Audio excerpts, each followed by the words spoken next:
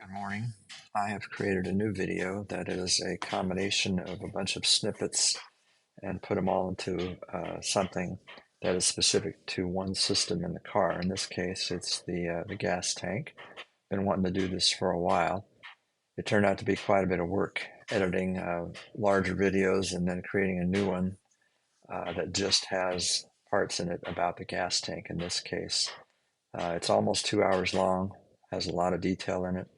It's just for reference purposes, primarily for me, but if someone else gets benefit out of it, like all my videos, then I'm happy for you. So we'll see how this works out. I wanted to do some captioning too, but I'm having trouble with Microsoft Clipchamp, which is what I've been using. So after I create this video, I'm going to delete that app and reinstall it and see if that problem resolves itself. So I'll do this same kind of work for other systems like the carburetor, the brakes, etc., etc. We'll see how this pans out. Anyway, today I'm going to continue on back here working to remove the gas tank. And I'm glad I looked at the shop manual that I have, because it turns out you have to rotate this neck over here to disengage it. I think the part that it's engaged on is up here, not at the tank. Anyway, I have to rotate it. I forget which direction, but I'll figure that out, and then it should come out pretty easily.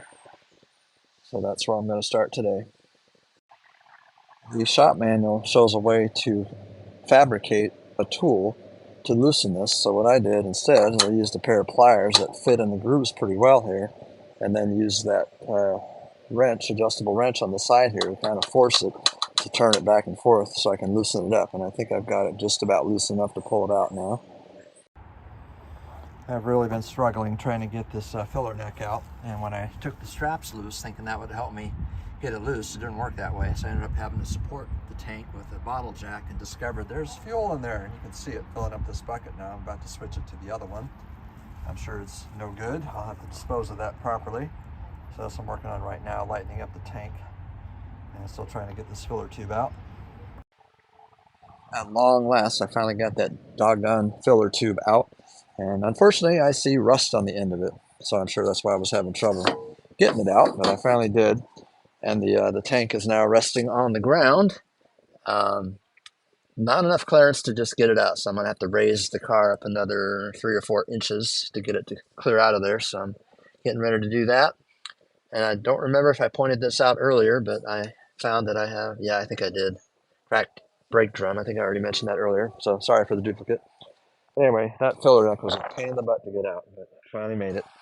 So moving on, I'm gonna raise the car higher so I can get the tank out of there. And I think I already mentioned that I had gas in there too that I had to siphon out. Something else I just noticed is that when this filler tube was last installed, it tells me this tank's been out before, whoever put the filler tube back didn't index it correctly in the hole here, because the original holes are right here. And yet here's the holes that the screws were in when I just took it out this time. So I don't know. I guess it's possible it came from the factory that way, because it looks like those original holes have never been used ever. So it's quite possible it came from the factory that way. Wouldn't be the first defect I found on here from the factory. And there she sits, the gas tank. From the outside, it looks just fine. I don't think it's got any rust or issues. A little bit of surface rust here, but I don't think it's anything serious. I'll get the sending unit out soon and take a better look inside. I really can't see anything here yet. There's still a little bit of gas in there. I'll dump that out in one of the buckets. And also, all right, I just broke the locking ring loose here, and it's pretty bad.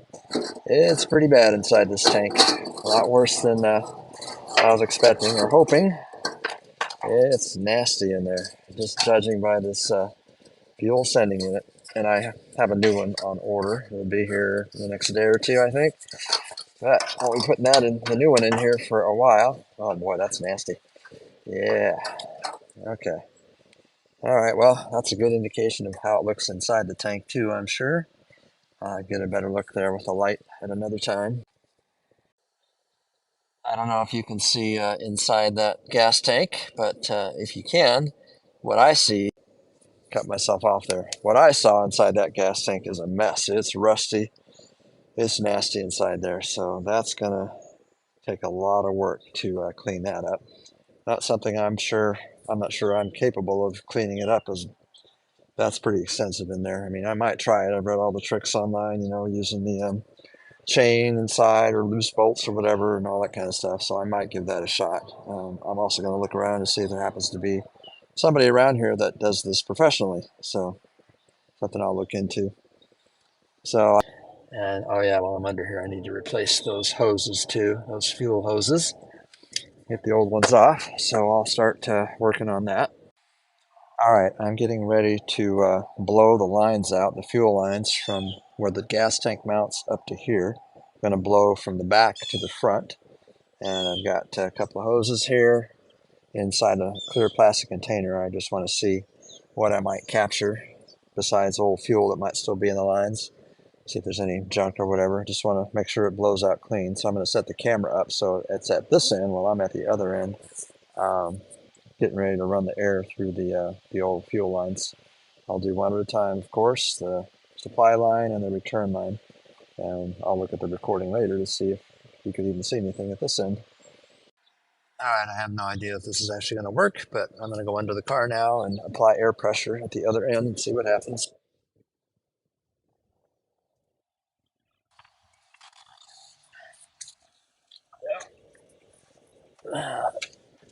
All right, under the car. Now I'm going to start with the main line, the bigger one, and stick my air hose in the end here. Squeeze the trigger. Oh, let's see what happens. Okay, now the small one.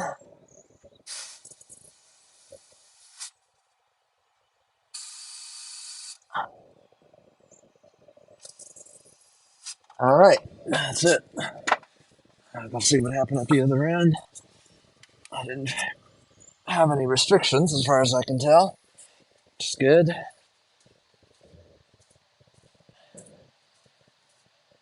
The little hose popped right out, but hopefully it caught it on the.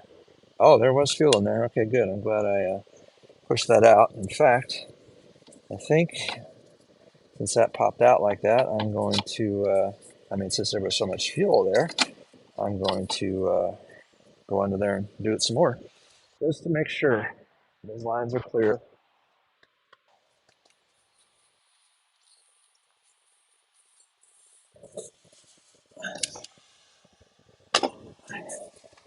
All right, back on the main supply line.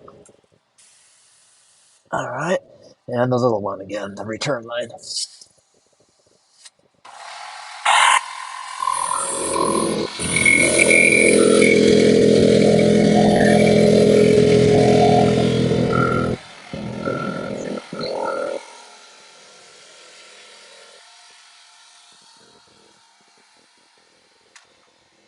All right, I think that was a success.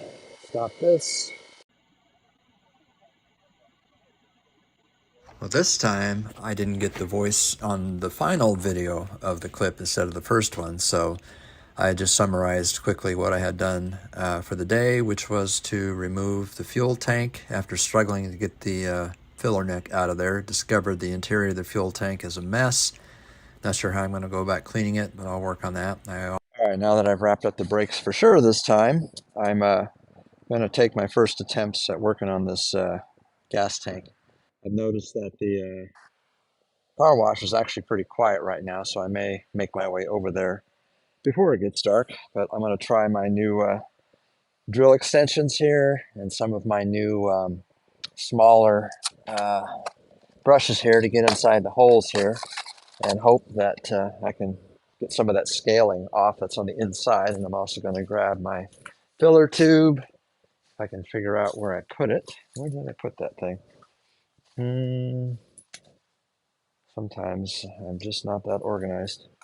That's funny. I don't remember where I put the filler tube. I worked on it recently with my bench grinder with the wire brush on that, but now I don't know where I set it. So let's see, where did I put that filler tube? Well, I'm going to find the filler tube and then I'll continue on. So I found the filler tube. It was in the trunk of the car. My smallest little round brush here is not small enough to fit inside the filler tube like I was hoping. at least at that end, the smallest end where the most rust is, but it'll go in this part fine. So I'm just going to kind of get it started here. I've got my extension set up, the 2 longest plus a medium one. That should be enough to get all the way through this, or most of the way. I wanted to experiment on the filler tube first before I go poking it inside that gas tank and then lose something that's hard to get out. So let's see how this works. All right, this is the first time I've ever used a tool like this. Never done this before, so this is going to be an experiment. Let's see how this works. So I'm getting this in the tube now. It's in there, and away we go. It looks like even that isn't going to fit in far enough. Unfortunately, I need an even smaller brush, so that's not working too well. I thought for sure one of these smaller ones would fit. I could probably get this shape in there. I have no idea if that'll do what I needed to do, but we're going to find out. I do like the quick disconnects on these extension bars here, so let's see what happens when I try to put this in there, see if it does anything.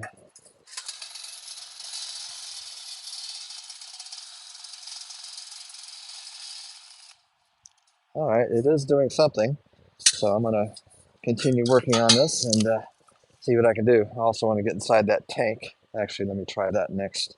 Let's see, am I going to get one of these in there? Oh boy, this may not have been such a great idea. I can get the smallest one in there.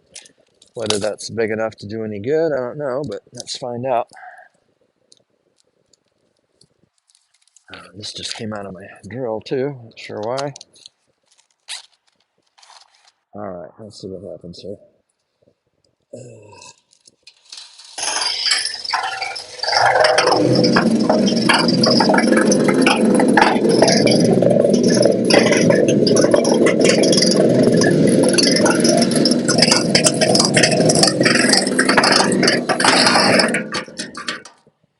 I have a feeling this isn't going to be real useful.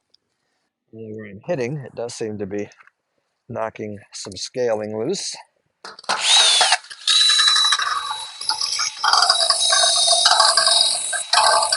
All right, maybe with enough patience and time, I can actually make something work here.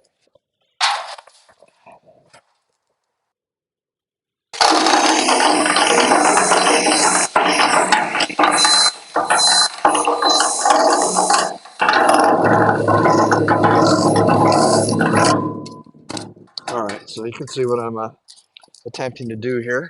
So I'm going to continue on that vein for a while, and then we'll go to the car wash.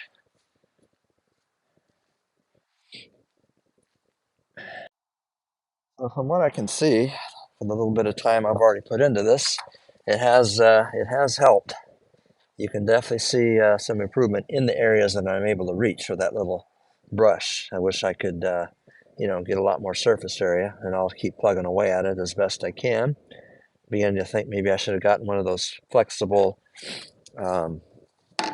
I don't know if you can see anything in there or not, one of those flexible extensions. Maybe that would have worked better. But this is an experiment anyway, and I got this upside down. Doesn't matter, I guess. But anyway, just now I really have it upside down. Sorry about that.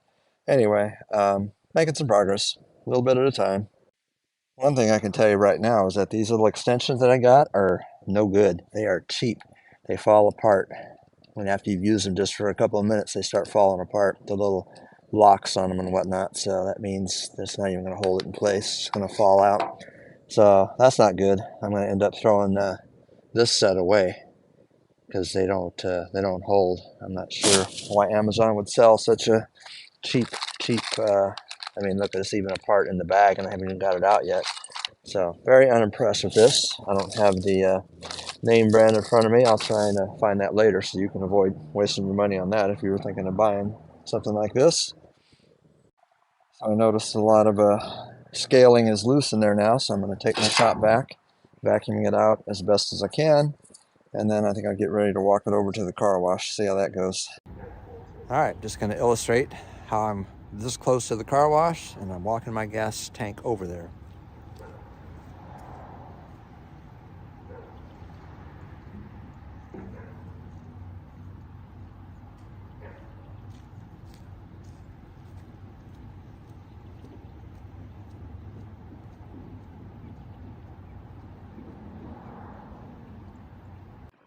All right, here I am at the car wash. Let's see how this goes.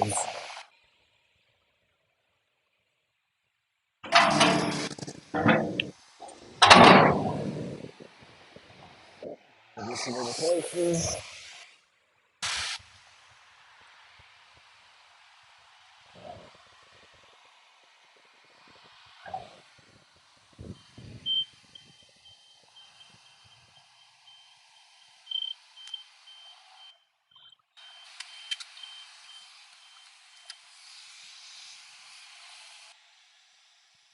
I want soap.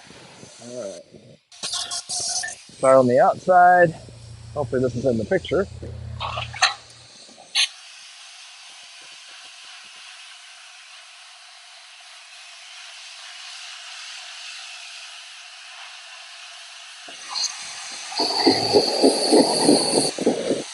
Waiting for some soap to show up here. There it is.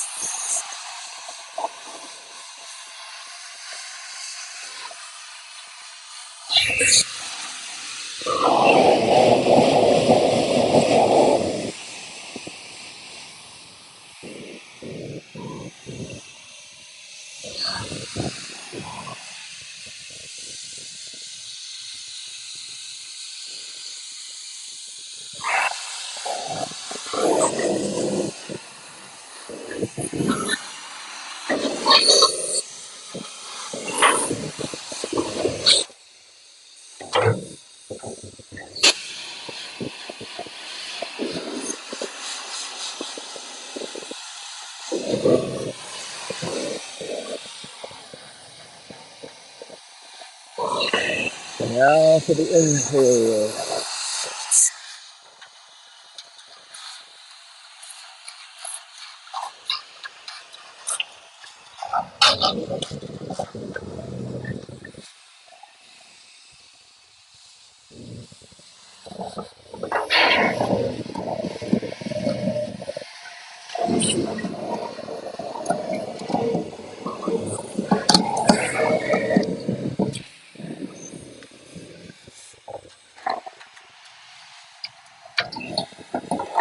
This is hot water.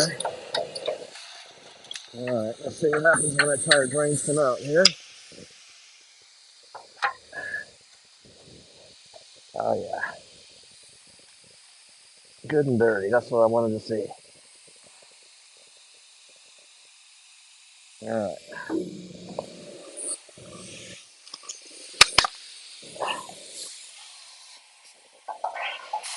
Yeah.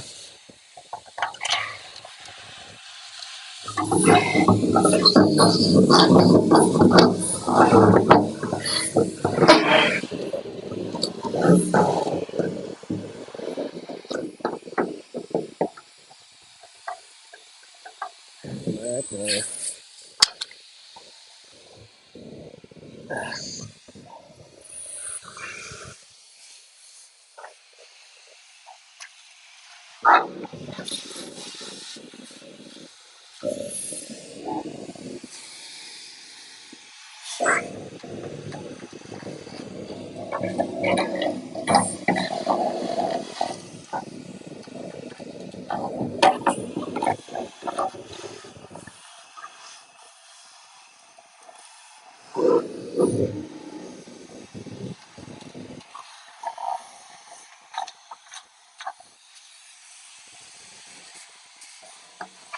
Ah.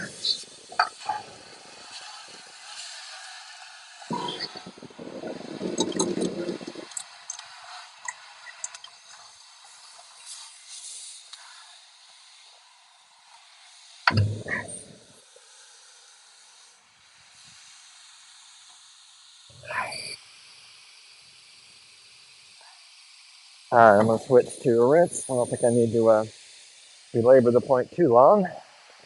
Let's see. Spot-free rinse. How's that? Or just rinse? I don't know what the difference is. I don't think I want spot-free rinse though. Probably has a chemical in it or something I don't need.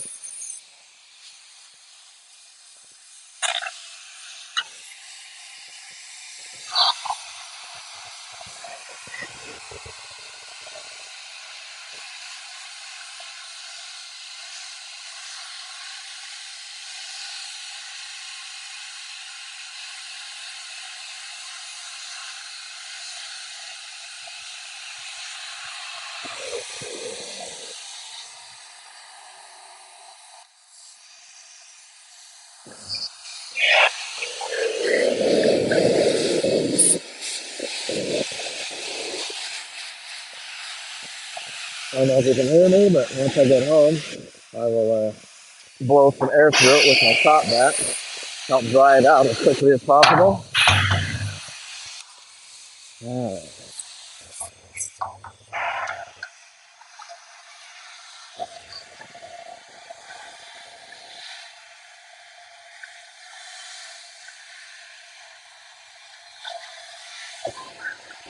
Wouldn't it be cool if this is all you really had to do is just wash it out at the car wash and it would just be clean inside? I know it's not that simple, but fun to fantasize anyway.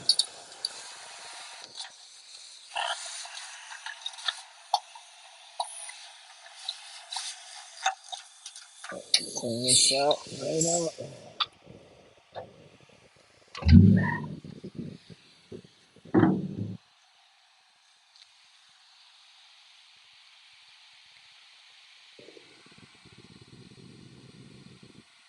All right, definitely seeing lots of brown water coming out. That's a good thing, I think.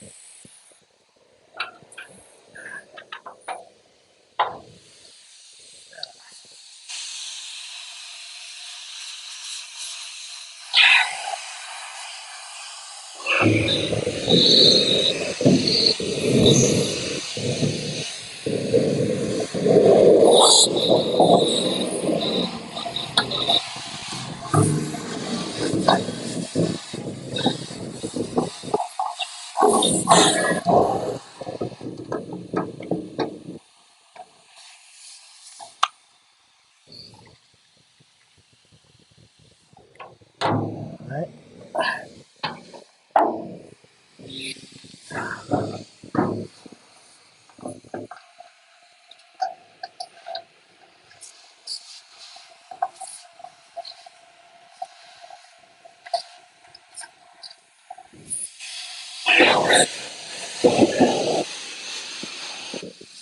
I don't think after I drain it this time, that'll be it.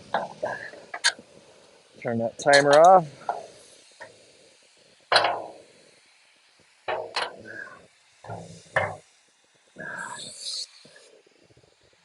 Oh,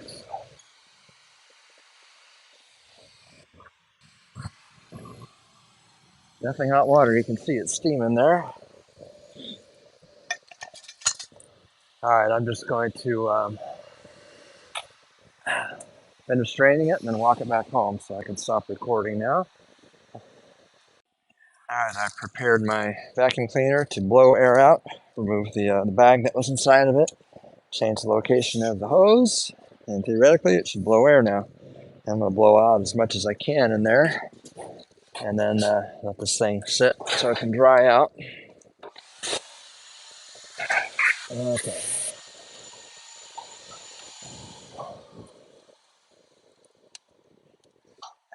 Looks like a fuse blew. That sucks. Well, I guess I better stop this while I go reset the circuit breaker. All right, my day's coming to an end. The sun's quickly going down. I'm actually pretty impressed with how it looks inside. I know I can't really show you the same view I have, but it's actually promising. Just spraying it out at the car wash like that really got a lot of crap out of there. So what's left should be handled by my chemicals that I have fairly easily, I would think, just from what I can see.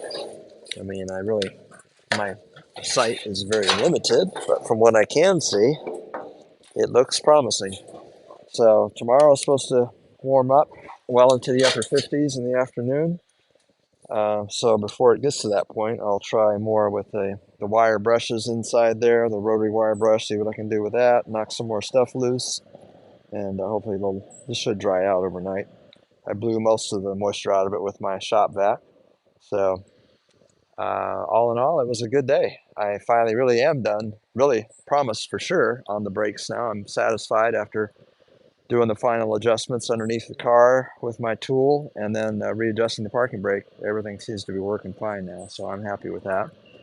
carburetor. Once I get it, I can slap it on there with my new studs, and the rest of the time I spent working on this gas tank. So tomorrow I will continue with the gas tank, and maybe in another week or two, I might actually be able to drive that car. That would be so cool. That's it for now. See ya. Hello, everybody. It is the 26th of February, 2024, in the afternoon. Late start. I had to work part of the day, and I've only got a couple of hours, so I'm just going to get started on the next phase of my gas tank cleaning. Several people asked me about what I was using chemical-wise and everything. I've mentioned before, but I probably need to do just a separate video that's specific to cleaning the gas tank. But I'm using a system made by KBS, and it comes in 3 different bottles. One is a cleaner, which is what I'm going to start using today, KBS Clean. And then there's this is called the Rust Blast. This is what will be used after it's cleaned to get rid of or neutralize the rust that might be left after cleaning. And then it will etch the metal to get it ready for the last step, which is the tank sealer. Um, and then this stuff needs to dry up to 4 days after it's been applied. And this is the one that's probably most sensitive to temperature. Got to be at least 55 degrees consistently and warmer. So I'm probably going to bring this thing into my living room and let it dry out for the 4 days in there. I don't think it's supposed to be toxic. Oh, wait a minute. It does say flammable liquid and vapor, so maybe I won't be able to do that. So I may have to rethink that step. I may have to wait for consistently warmer weather for several days or figure something else out. But anyway, one of the things with the cleaner, the instructions implore me to be patient. Don't rush any of this or you'll regret it. There's a nice little instruction sheet that came in the box too. And one of the most important parts is what I'm about to start right now, which is the cleaning. As you already know, I did take this to the car wash last night, and I washed it out as best I could with high pressure soap and water. And I got a lot of stuff out, and I'm also going to continue working on uh, using my little wire brush to get it inside as best I can. And they also suggest using a strainer, so I made a makeshift strainer in a brand new bucket here with a relatively clean t-shirt to drain it out each time and then reuse the cleaner as a way of keeping it going. They also suggest that you put a chain in there, like a bicycle chain, and just kind of rotate it around as you got the cleaning solution in there. And they also say to use hot water, mixing it 1-to-1 with the cleaning solution that comes in the kit. And then you just keep rotating it. You can also let it sit for up to 24 hours in a particular location if you got some heavy duty sludge or deposits in there that need to be removed. I guess you're not really seeing my face. Sorry about that. Maybe you don't need to see my face, but anyway. So this is something that I'll stick in the hole here, and it'll be interesting. I've never done anything like this before, but I'm watching videos about it, and they have great. I like this company, even though I haven't used their products yet. They got great videos out there. Anybody can go look at them at any time. It's called kbs-clean.com, I think is their website. Um, there's also some rust on the outside in certain places. I don't think it's particularly bad, but I am going to go ahead and use my wire brushes to just kind of clean that rust off that I see on the outside too. And when I do the tank sealing part, the very last step, I'll save a little bit to slather on the outside too, on the areas that had some surface rust, just to make sure there's no possibility of leaks there. As far as I know, this tank wasn't leaking. It had 10 gallons of old gas in it, and it doesn't appear to be leaking. The other thing that I was concerned about is this filler tube. Although I guess I probably don't need to be too concerned. Most of it doesn't get in the gasoline. Maybe none of it does. I don't know. I don't know exactly how far in it goes. So I've already cleaned the outside part of this, and I did some cleaning on the inside. The only part I'm really concerned about is right in here. There's some surface rust there, and you really can't get to it very easily. So I'm just going to take some real small little tools and do my best to just kind of scrape that off a little bit, and maybe I can let that soak in the KBS Clean solution too. Maybe that'll help get that loose. Like I said, I don't even know if I really need to worry about it, but any rust that I can see like that, I'm going to at least attempt to address it. So I also took a look at inside here. It sat in my shed overnight. There's still some water in here. I was hoping it would be a little drier than it was. and it definitely made a difference. But there's still plenty of stuff on the walls in there, plenty of rust and whatnot. So this stuff is definitely important to continue cleaning it and whatnot. So it's probably going to take me a couple days. I've only got 2 hours today to work with to start with, and I'll see how many times I can cycle through. Straining a couple times and reusing it, and hopefully I can get it fairly clean, or at least clean enough where it'll be acceptable. So I'm going to get started right now just by using my wire brushes on the outside, clean up some of that rust I see on the outside of the tank. So after running the drill and my little wire brush over the surface a little bit, I decided, you know what, it's probably better just to go over the whole thing and just paint it afterwards, as I don't think leaving bare metal like that is probably the greatest of ideas. Getting dust all over the place here, I see. But anyway, so I think what I'm going to end up doing is I'll just continue and go over the whole exterior. Man, it should be nice to do the interior too. I see why this one company called Renew It, I think it was, something like that, that does gas tanks actually cuts them open. I can see why now. If you really get a nice surface when you can do that. But I'm not doing that, of course. So I'm just going to keep going and just go over this whole thing on the outside and get it cleaned up, and I'll eventually just paint it. I don't know if I really need to use the sealer or not. I imagine I can paint over the top of it if I do choose to go that route. There was something else. Oh yeah, I wanted to point out too that I'm gonna use sacrifice part of one of my knee pads here to just cut out circles so I can tape them on with duct tape, because you have to seal this thing up when you have the cleaner inside there just sloshing it around. So I'm gonna do that too once I finish with the wire brush out here. All right, so I wore one battery out, just kind of went over the entire exterior, tried to concentrate on the areas where there's some obvious surface rust. But even where there is surface rust, it doesn't appear to have gone all the way through the skin. So I definitely don't think it was leaking. But I will paint over it. Either I'll just use the sealer if there's any left after I do the inside of the tank, or I'll just paint it, some kind of rust inhibitor or whatever. So right now I'm getting ready to cut out a couple of circles here to seal up these openings. All right, it's not a perfect circle, but it'll do the job. And I'm just going to put some duct tape on there to secure that. All right, you can see how that looks now. My seal on the side here where the sending unit goes is nice and permanent. Well, not permanent, but it shouldn't leak. Or if it does, it will be minimal. So I can't obviously seal the other hole where the filler net goes until I put my chain in and I get my mixture in. It's supposed to be a 1-to-1 ratio. So I'll pour this entire bottle into the tank with my funnel there. Then I'll come back and I'll use this bottle to fill it up with hot water. I think I'm actually going to boil or at least heat up some water on a stove, because they say the hotter the water, the better it'll clean. So I'll take them to heart. So I'm going to unpack my chain now and drop it into the hole and get things ready to receive the cleaner, and make some room on the table, because I'm going to have to slosh this thing around too for a while. I find this fascinating that putting a chain is supposed to help. It makes sense to clean things off. So I'm going to drop my chain in there, my brand new chain. I'm going to, I'm going to pour the contents after I wipe that funnel out a little bit. I'm going to pour the contents of this cleaning solution concentrate in there, and then I'm going to go inside, get some hot water, and fill the bottle up with that. So it'll be a 1-to-1 at that point. Oh, and I meant to mention that I made the other plug ahead of time too. So when I put the solution in, I can quickly tape that on with some more duct tape and move on. All right, I'm ready to go now. I just brought out some hot water I had on the stove. Should be quite a bit hotter than tap water would be. Glad I read the directions again. It says to shake this stuff well before you use it. I'm wondering if I shouldn't mix it up separately in a clean bucket rather than just pouring that in the tank directly. I think that's something I'm going to do. Sorry, I'm working on the fly here. Run back and get a clean bucket here to mix the stuff in. Then I'll pour it into the tank, the gas tank. I bought 3 brand new buckets just for this project.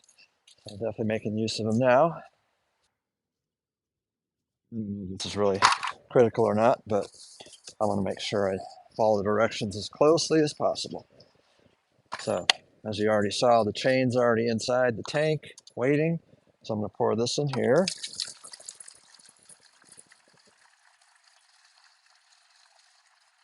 And reading the cautions, it turns out this stuff is pretty caustic, so I got to be careful with it, the way I handle it. I splash it everywhere, get it on my skin, whatever. All right, now I'm going to fill this up.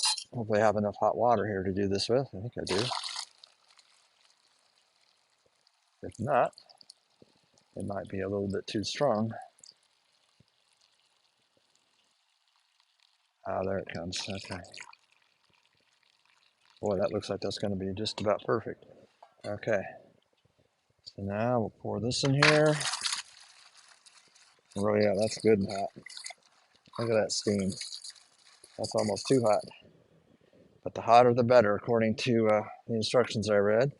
So I'm just going to slash this around a little bit, mix it up. Doesn't say you have to stir it or anything, but all right, now I'm going to pour all this in the tank and seal it up.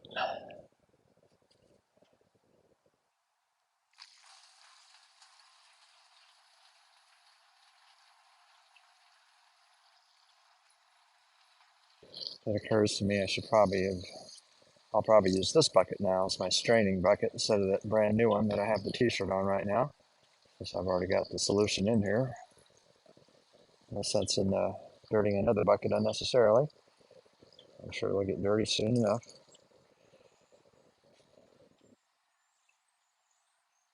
Interesting how it foams up.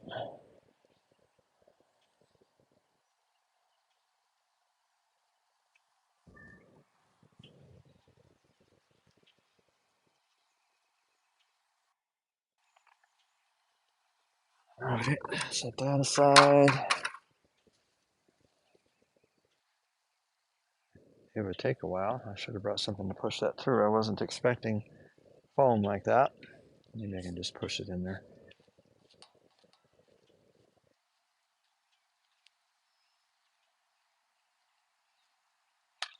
I want this to work. I'm trying to get the maximum amount in there that I can. Huh. I'm not sure what to use to push that in there, if I even need to worry about it. Have any more water left? I got a little bit of water left. There we go. Now we get most of it.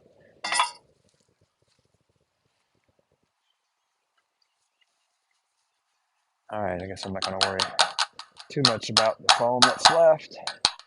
It's in there. Now I'm going to cap this off with my little plug here, just like I did on the other side, and it was easier to manipulate that tape without gloves on. Should have already had these off. These suckers are expensive too. I try to reuse them when I can. Come on. I probably need to use the fast forward feature when I'm putting this video together so you're not bored to tears by some of this. All right.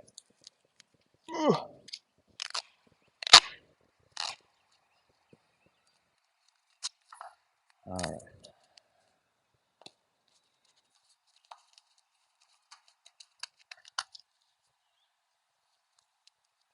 I think the other plug is going to work better than this one, but that's all right. They should hold most of it in there. I should have done a better job of fitting this into the hole, I suspect.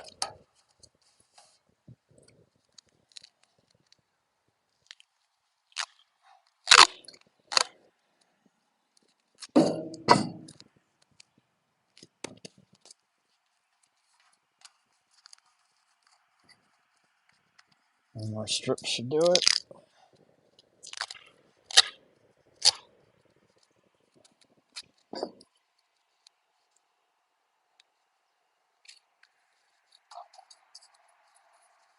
All right. Set as it is. Hopefully that'll hold. Put these back on. I probably don't really need them now.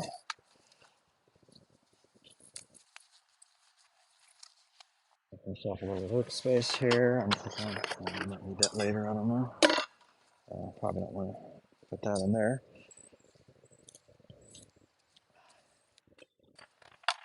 Okay. And now I'm going to be the human rotisserie and sit here and shake this and rotate it to get that fluid and that chain moving around in there.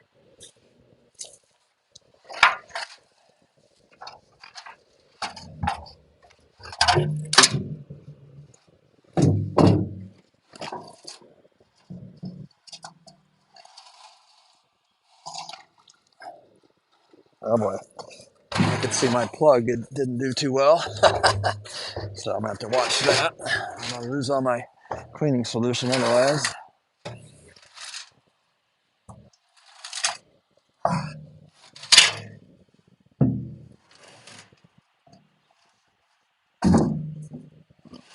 Yeah, as I thought, the one on the back here works better as far as plug, being a plug. I'm gonna lose a lot of it if I'm not careful, and that sucks.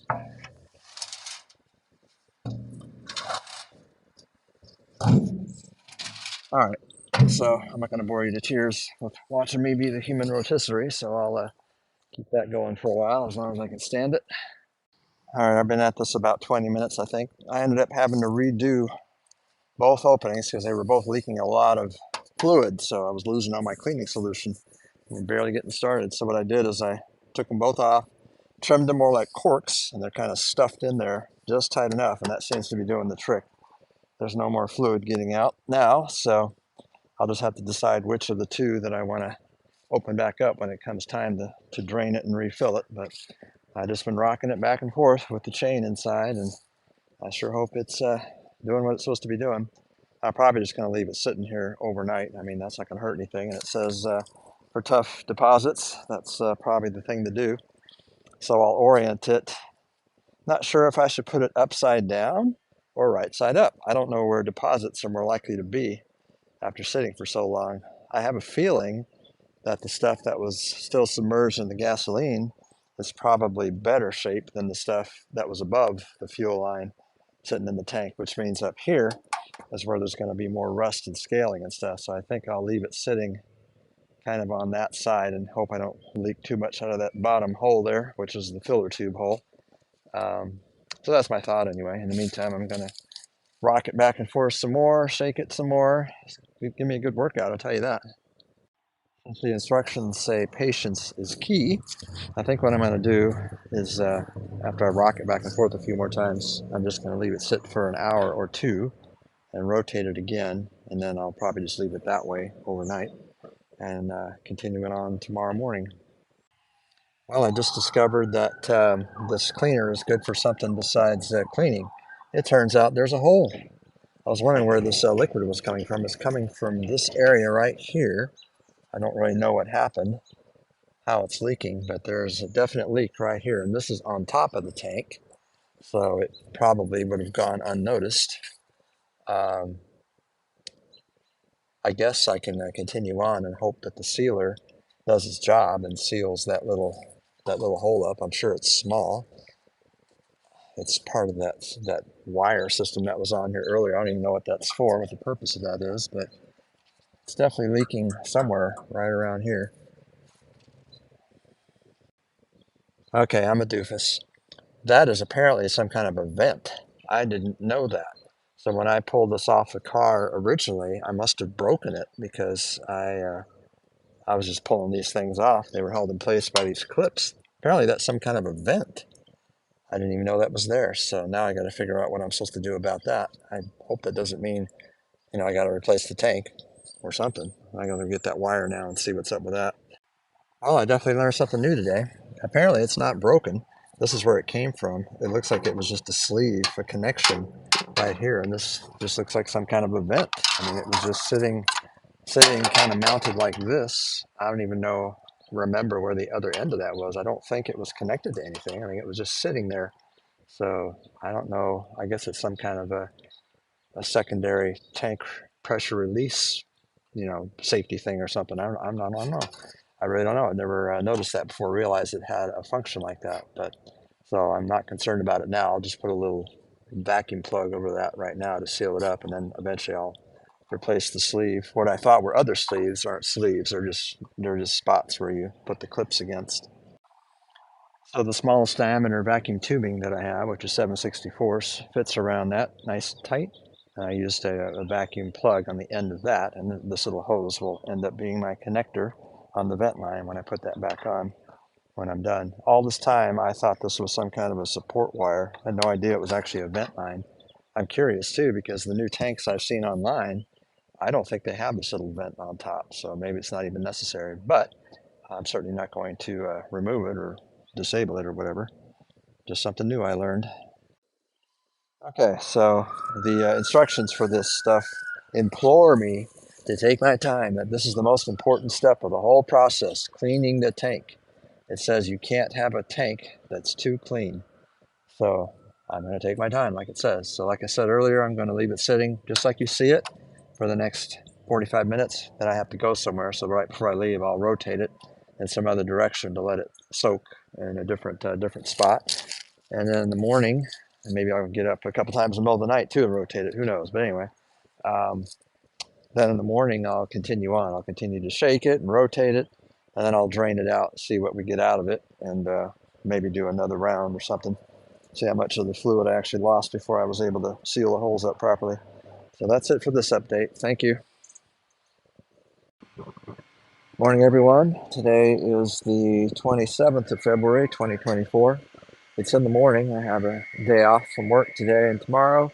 The weather is going to be very nice today. It's going to be in the low 60s. It's warming up quickly, even though it's only about 9 o'clock in the morning now. So I'm going to continue with my gas tank. I did come out several times last night and rotated it. So it's been soaking all night in various positions. So I'm going to rotate it some more, do some more human rotisserie stuff on it, keep it moving. And then I'm going to drain it into my bucket here with the t-shirt as a strainer and take a look inside. I've also got my garden hose set up here so I can spray it out, rinse it out real good, and probably do a second round. Also, I bought something that I thought I was going to wait on, but I'm pretty impatient sometimes. I don't like noises coming from engines, like from lifters. So I bought a couple of new lifters on Rock Auto, and I bought the tool, which I didn't know existed until like a month ago when I saw someone else doing a YouTube video on a 462 engine, and they had one of these tools where they were able to remove the old lifters and put the new ones in without a whole lot of work, actually, besides taking the valve cover off and taking the valve train off on top.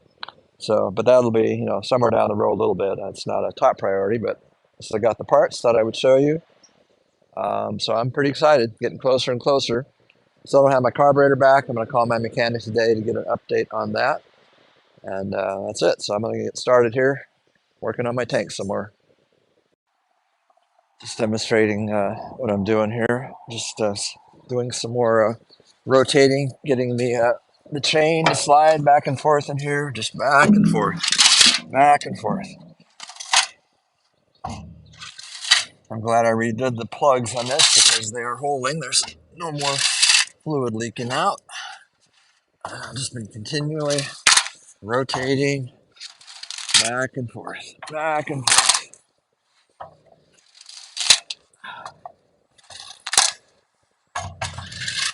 Glad this tank isn't any bigger than it already is.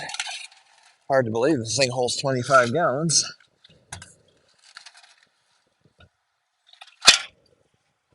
All right, so just a quick demonstration of what I'm doing this morning. Okay, I've just pulled off one of the taped on plugs, the one right here. So now I'm going to drain it out into here and see what this looks like. It should come out pretty dirty if this stuff's been doing its job. And hopefully I'll be able to save it all and reuse it for another round. Whoa! Came out a little faster than I expected, so I lost some more, but it's brown, really dirty, and that's the important thing. Didn't expect it to pour out quite that fast. I wish I had. Looks like this t-shirt's not going to be a good drainer.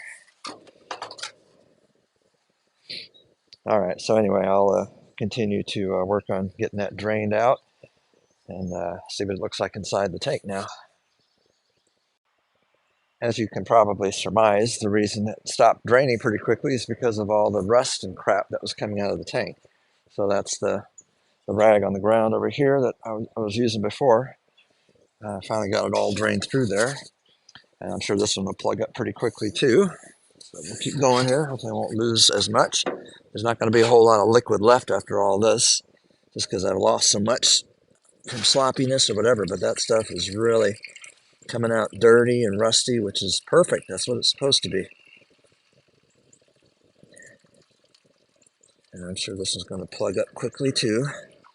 There's so much crap in there.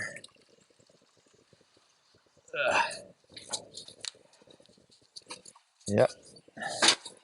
Anyway, I'll continue working on that. All right, I've finished draining out the tank now, and the chain, fortunately, just fell right out. Didn't have any trouble getting it out. So what I'm going to do now is take my garden hose and just spray around on the inside with some water and rinse this chain off too. I'm going to do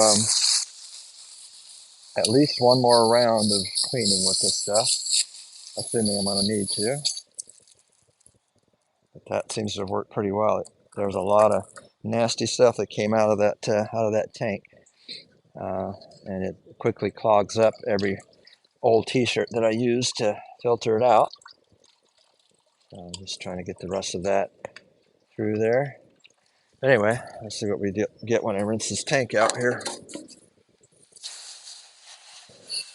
Wish I had hot water like at the car wash, but this should be all right. It's not as high pressure either, but again, it should be all right.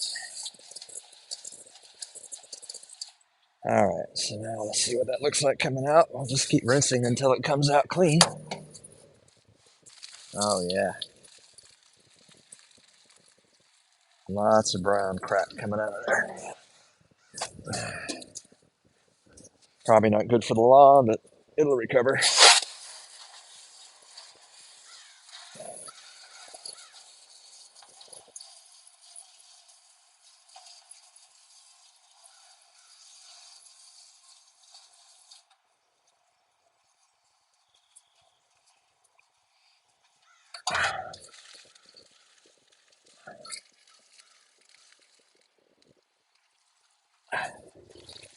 I guess I'm gonna have to be, when I think I'm done, I'm really gonna have to take it back to the car wash anyway, because I want to make sure I get any residue out of there from that cleaner that might be left before I go to the next step.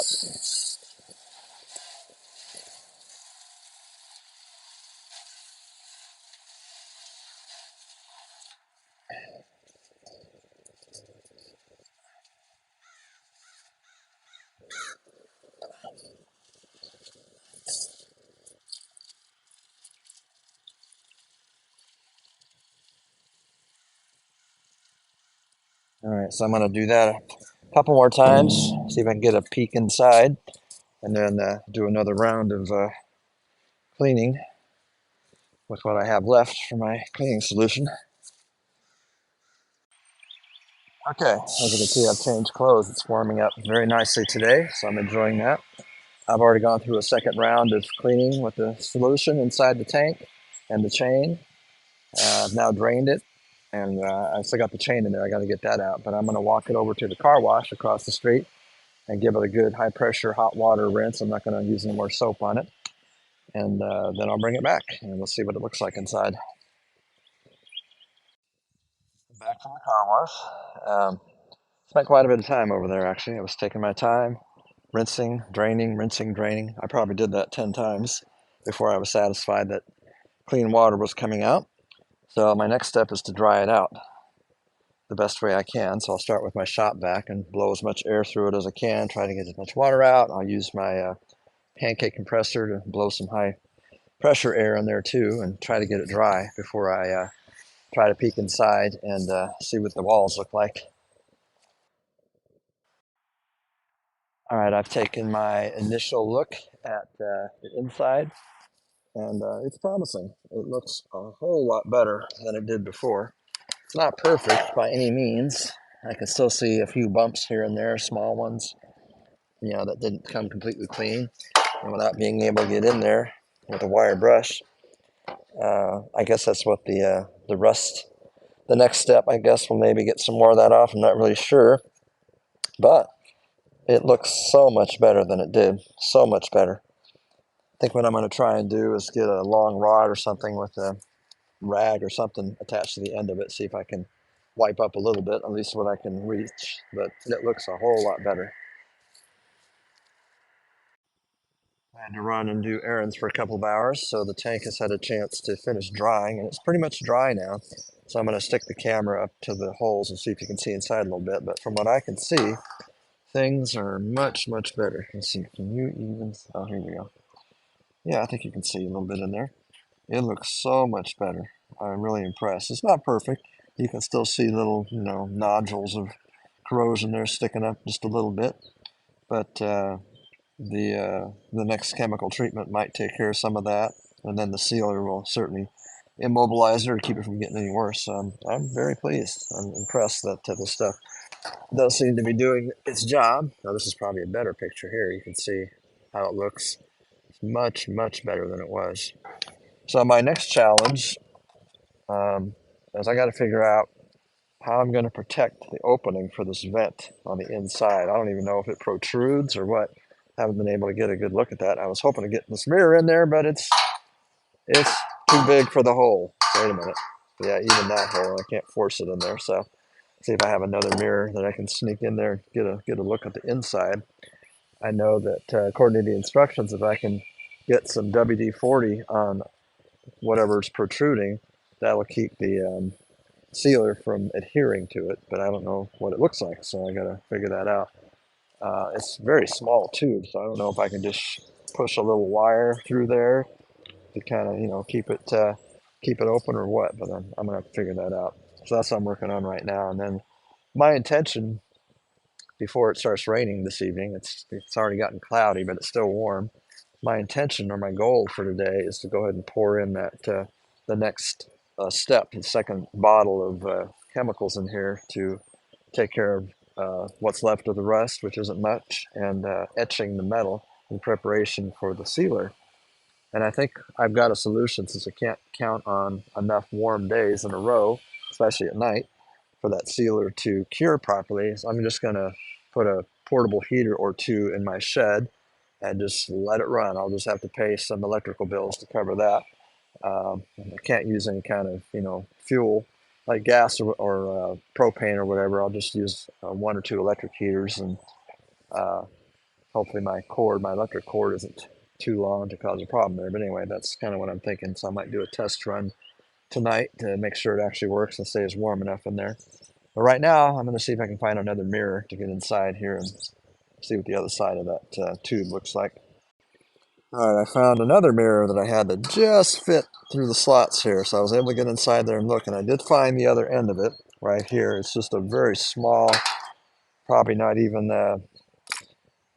maybe a 16th, maybe 2/16 with a 1/4 inch, maybe sticking out. It doesn't stick out far, and I'm absolutely certain that if I didn't take steps to protect that end, that opening, the sealer is just going to close it right up.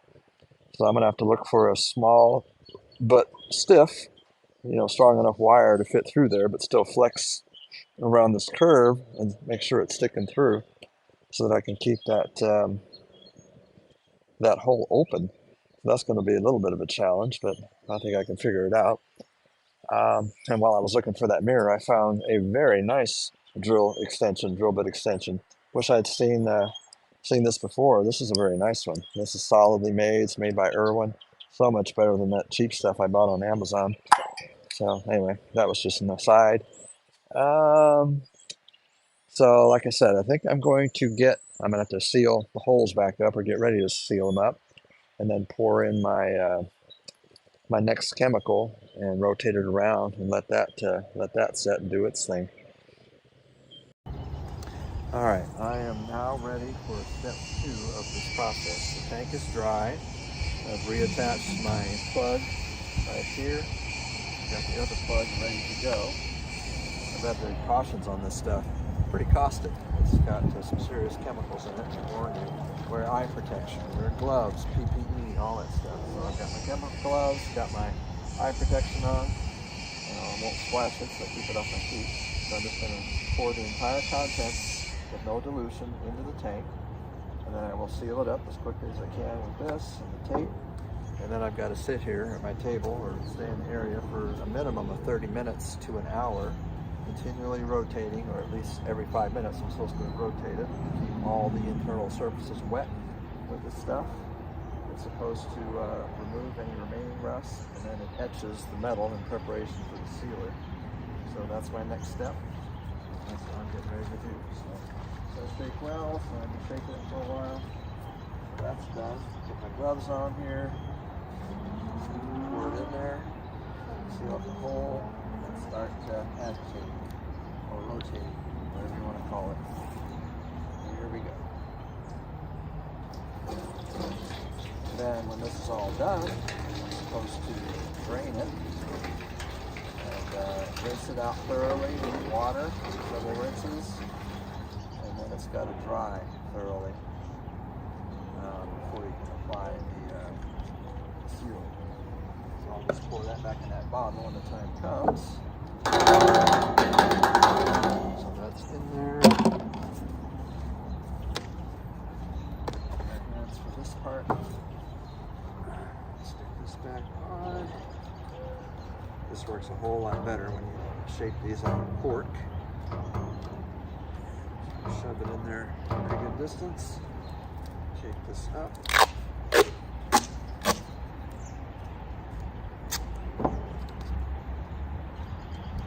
It's been a lot of work, but it looks like it's going to work like it's supposed to, which means I get to keep my original 25-gallon tank and save the expense of probably $500 for a replacement tank that's 1 gallon smaller. It doesn't even have the vent tube on top, so I think this is a much better solution. Well, I certainly couldn't afford to do the renew it process. That was going to cost at least $1,000, and I'm still shocked when I think about that figure.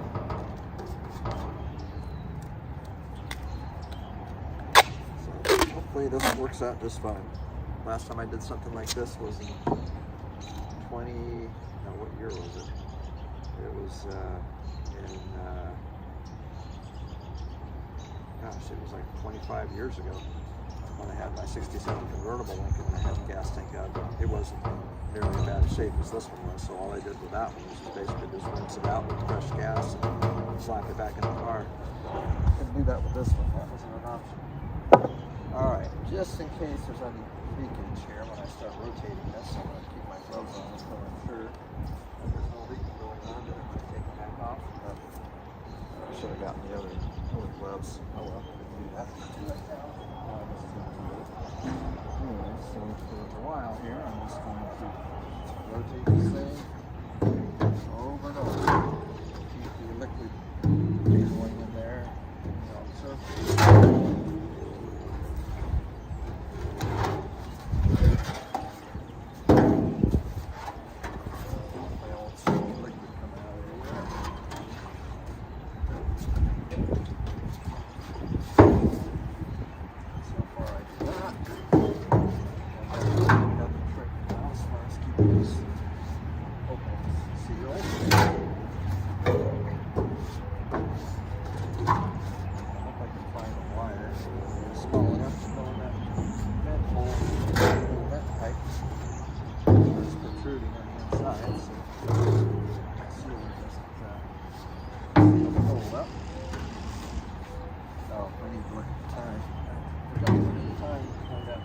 How long I have to do this, so I'm going to stop the recording now because I'm just going to be sitting here rotating it. So I'll see you when this is done. That last little clip I tried to record, I just realized my voice wasn't on it. So anyway, I got the plugs out of the tank and drained the solution back into the bottle it came out of. That was about an hour of rotating, and it did its job. Unfortunately, one of the corks went inside the tank, so I got to dig that back out. I also need to dry the tank out. And it's starting to threaten rain, so I'm fighting against that right now, so moving along. Alright, I am now relegated to working in my shed. So much for the weather forecast. It wasn't supposed to start raining until tonight. And it's like 3 o'clock in the afternoon, so I'm not too happy about that. But fortunately, I had pretty much just finished with the that second step inside the tank. I was able to get it drained. I got my plug out that I had lost inside the tank, so now I have both the plugs back. And I rinsed it out several times in clean water as instructed. So now what I'm going to do is get my shop back and blow as much air through it as I can, try to get it dried out, dry out the outside. I can't apply the sealer until it's completely dry. And let's see, I've got a thermometer out here now. What's the temperature at right now? Right now it's about 60 degrees, which is warm enough. I don't know if this little heater will be able to keep the space around here warm enough. I think it will, but that's what I'm testing right now. I'm hoping that my connections don't get too warm here, because they are a little warm right now. That was one of the things I was checking. So I'm working on that. So I'm going to blow some air through that tank right now, get it ready for the third step. All right, so far things are going pretty well in my shed here. Been using my shop vac here, blowing air into it, using a little towel here to kind of try and seal it a bit. Gotten most of the water out of the tank now, most of it, but it still needs to dry some more. I don't know if I'll actually be able to apply the sealer in here or not. It's kind of a tight space, so I may wait until I can go back outside, or I don't know, that may delay me a while. But I do have my heater running, and it does seem to be maintaining a temperature in here. It's got to be, so it started at 60. Where are we at now? Yeah, it's still holding at 60. I don't know if it'll be able to keep up if when the weather gets colder outside. We'll have to see. I need to know that it's going to keep the temperature warm enough to cure the sealer when I do put it in the tank. Otherwise, I'll have to wait for the natural outdoor temperature to warm up. So I'm going to continue blowing air in here, and I'm going to bring the phone up here and give you a shot of the inside of the tank. I'm really impressed with how it looks. I'm actually very happy. This is coming out a lot better than I thought it would at first. So let me grab the camera here, and I'll show you the inside of the tank as best I can anyway. All right, let's see here. Find the flashlight. Where'd the flashlight go? Oh, there it is. All right, so I'll see if I can go through the bottom hole here, get some light in there. There it is. Okay. I think you can see that. That's a good indicator right there of what the inside of the tank looks like overall. I think there's still some spots down here at this end where the baffles are that maybe didn't get quite as nice as that, but this is pretty representative now of how the inside looks, and I'm just really impressed. I had my doubts when I first started using this kit, but now I'm more of a believer. So let me see if I can get a different angle in here for you. Let's see. And that's it's not the best of angles to try and see inside, but anyway, I'm pretty happy with how things are going. So I just have to make sure I completely dry out this tank completely before I can pour the sealer in it and rotate that around and get that part done. So almost there. It's coming along quicker than I thought it would. So I'm working on figuring out something to put inside this tiny little vent tube. Found a little tiny pipe cleaner, this tool set I got for doing the carburetor actually. I got one really small one to go in all the way, and I used my mirror to verify it was poking out the other side, and it is, but it's so skinny compared to the size of the tube that I need to keep open. But I have to use the skinnier ones because of these bends that are here. It's stiffer ones, thicker ones just won't bend enough to get in there. I'm going to keep trying. Ideally, if I can get one of these that has an actual pipe cleaner, material on the end of it in there, that'd be ideal. So I'm going to try with one of those. If that doesn't work, I'll just have to live with this skinny one. I used a pair of needle nose pliers to kind of grab it little at a time and force it in there. All right, I was able to get one that had a little material on the end of it. It's in there and it is protruding on the other side inside. So that's gonna, I think, be my best and only opportunity to keep that tube open once I put the sealer inside of it. So once I've determined that the tank is completely dry, and I think it's close right now, I'll be ready to do that sealer. I don't know if I'm going to attempt it right now or not, but I'm sure tempted to. All right, I'm gonna have to wrap up today now. It was a good day. The tank is ready to be sealed. It's clean, it's dry. it's etched with the rust blast stuff and everything, and it's I found a solution with my pipe cleaner thing there that's sticking in the vent hole on top. I can't show it to you now, but I really wanted to seal it tonight. I really did. But after reading the directions, they caution you to avoid doing it during the rain or during humid conditions, and it's raining outside. And I don't think this heater is going to be able to keep up with it to keep it warm enough in here anyway consistently. I mean, it's still pretty warm outside, and this thing it's really not doing much to keep it warm enough. I think to make the cure process work because it's got to be 55 degrees or better. And I'm just worried that I don't know. If it weren't for the humidity and the rain outside, I would be sealing this thing right now, and then the curing process could start. But I think I'm going to have to force myself to be patient and just wait. I can't really wait more than 10 days, though, because you're supposed to cure it by then. So the next opportunity I have where it's dry and warm enough in the next 10 days, I will go ahead and pour the sealer in it and get that process started and just hope for the best. So it was a good day. I mean, I'm actually very pleased with how this tank has turned out. It turned out quite well. It actually works as advertised. It's a lot of work, takes a lot of time, a lot of patience, but as long as you follow the instructions, it does work. So I'm very pleased with that.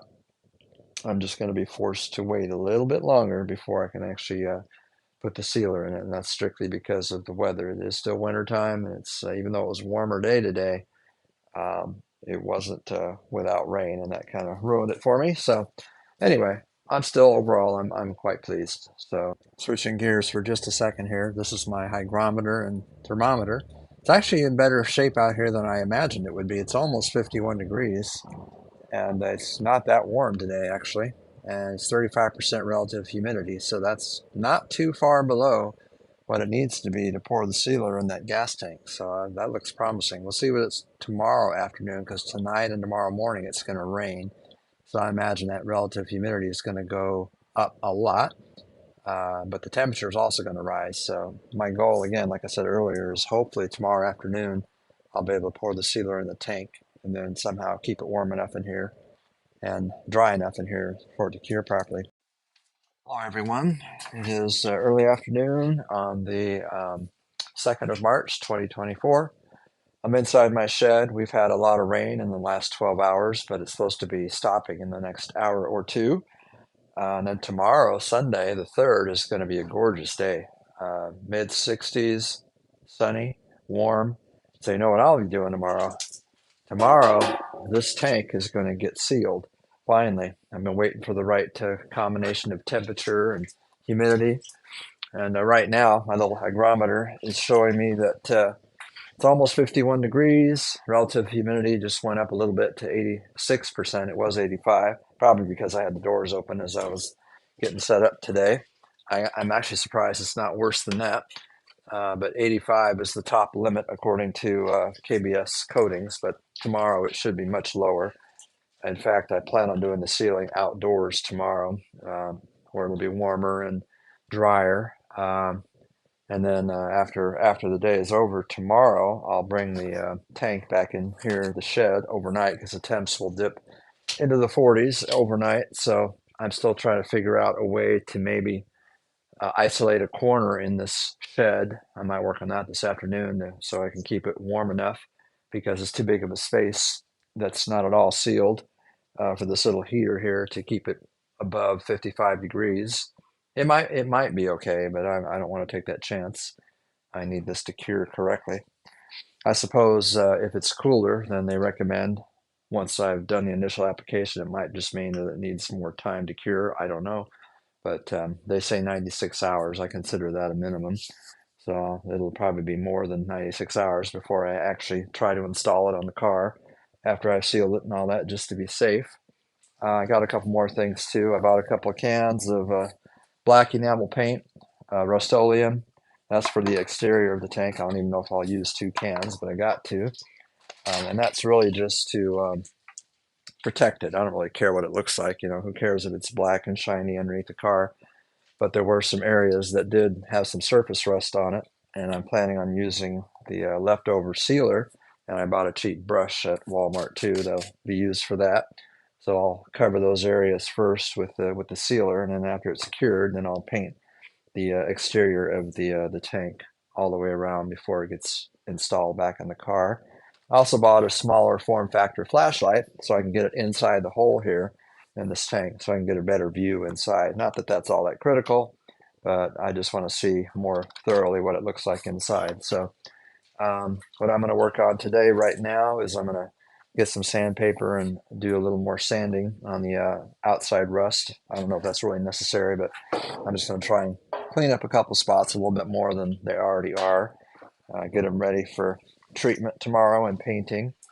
And oh, the most important thing I'm going to do today, though, is there's a little plug on the on this tank. I guess it's on the other end. I didn't realize that I was going to need to be taking it out, but I am right here.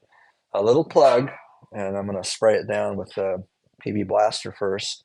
But this is important because when I drain the tank tomorrow after I've sealed it and rotated it around for at least 30 minutes, I need to drain the leftover out, and it's going to come out of this hole, because if you try to drain it out of the main hole, it's not going to work because there's this lip inside that it's just going to accumulate all around there, and that's what you want to avoid, is puddling inside the tank and all that. So I'm going to have to get this drain plug open, so I'm going to try and do that today. I need to do that today. I just hope I don't damage the tank while I'm trying to get that off. I hope it comes off fairly easily, so that's going to be my first task, and we'll go from there. I wanted to show a picture inside the tank since this light makes it a lot better to see inside. It's not as perfect as I would like, but it's still very good. I don't know if any of the surface rust has formed over the last couple days since I finished cleaning out the tank. It's possible, but I've also read that that's normal and it's not a problem, that the sealer will cover all that up and seal it. I mean, that's part of what it does. So not just seal the tank from leaks and stuff, but literally seal the surface and lock in any surface rust that might be left, like there appears to be now. Overall, though, I think it looks beautiful inside there. It really does. The baffles area that I thought was in there, actually, I guess it's not a baffles. It's the first time I've seen the inside of this tank like this. And there's no puddling, there's no moisture, and that was what I was really double checking, because it's got to be completely dry. It's interesting, sometimes we use tools in ways they weren't necessarily designed. It turns out the plug fits the end of an extension, a 3/8 drive extension bar, just perfectly tight and everything. So I used a claw's foot there, I think, or crow's foot, and luckily it came loose easily. So I'm thankful for that, because I really need to get that plug off. So that part is good. So now the plug is free, so that'll be where I drain it tomorrow. Of course, I'll put the plug back in for now, but that's where I'll drain the sealer out of it tomorrow. Okay, I just finished going over the external part of the tank. Just used this 80 grit paper that I had laying around. Seemed to do pretty good. I definitely got quite a bit of surface rust off here. Smoothed it out a lot. I went all the way around. I put my plugs back in too. Make sure I don't introduce nasty stuff inside the tank after working so hard to clean it. But it's pretty clean overall. This is the worst of the external rust right here, and a lot of that came off. So when I put the sealer on top of it and then paint it, you'll never be able to tell. But it cleaned up pretty good. I mean, I'm not using anything special, just elbow grease. A little more surface rust down here, but not a serious amount. So it actually looks really good. I think on the bottom of the tank, I guess that's over here, there must have been some underbody coating, since this is the bottom of the tank. I got most of it off. I'm not trying to get it all off. I do. I just want to clean it up, get it ready for painting. So that tank is about as far as I can take it right now until I seal it tomorrow. And even though the ground is wet in here, there's standing water in here.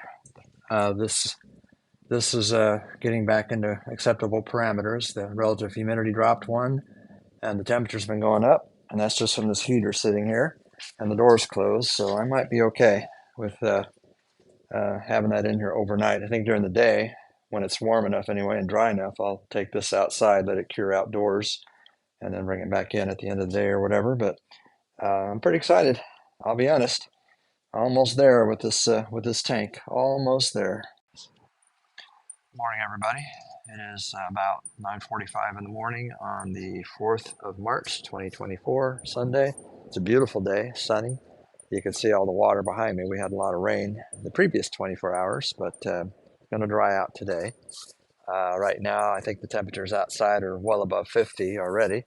Inside my shed overnight, it got down to 49 degrees and 90% relative humidity. So definitely got to have that little heater running to keep that under control tonight after I've sealed the tank. So today is a big day for me. I'm very excited. I'm going to be pouring the sealer in the gas tank today and following the directions to make that work.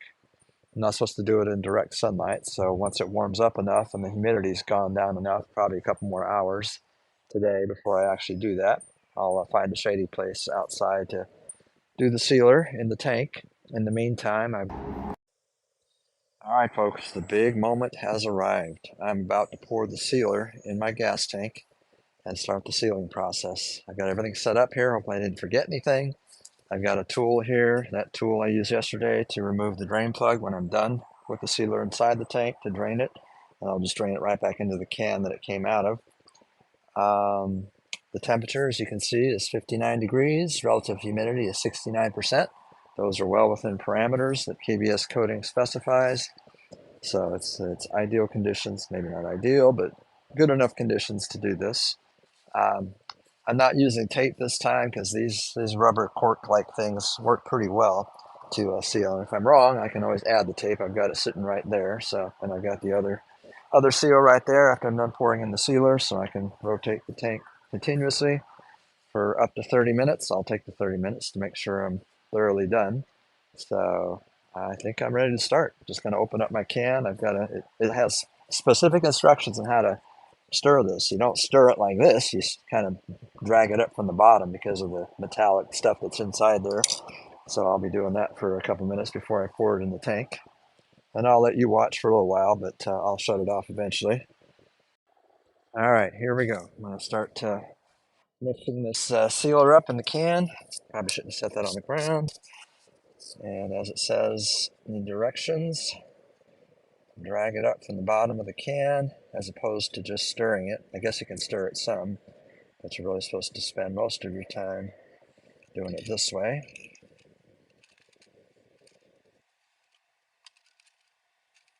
And it definitely says do not shake the can. You don't want to form bubbles in there because that will affect the curing process. I hope my voice is recording. Yeah, it is. It looks like it is. I'm getting tired of having so much trouble with this recording stuff where half the time I don't even know that my voice isn't being heard, but looks like you're hearing me right now. Yeah, I don't think I'll have to do this for very long.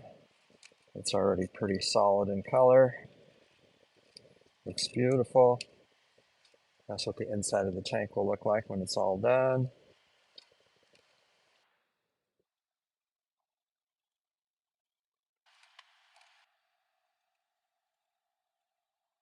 All right, I think that's probably good enough. Wipe that off there.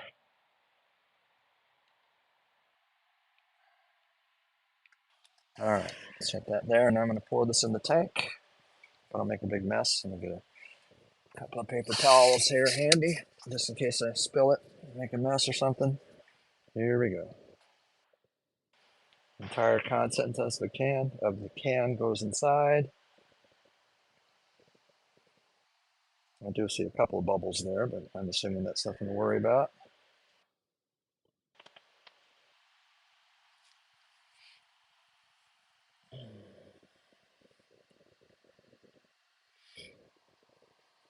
This kit is advertised to be good for up to 25-gallon tanks, and that's what this is, 25 gallons. So hopefully there's actually enough in here to thoroughly coat the entire surface inside the tank.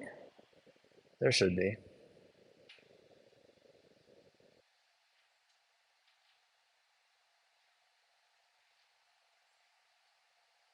All right, I think that's good enough for that part. I'll let that drain a little bit before I put the plug back in place.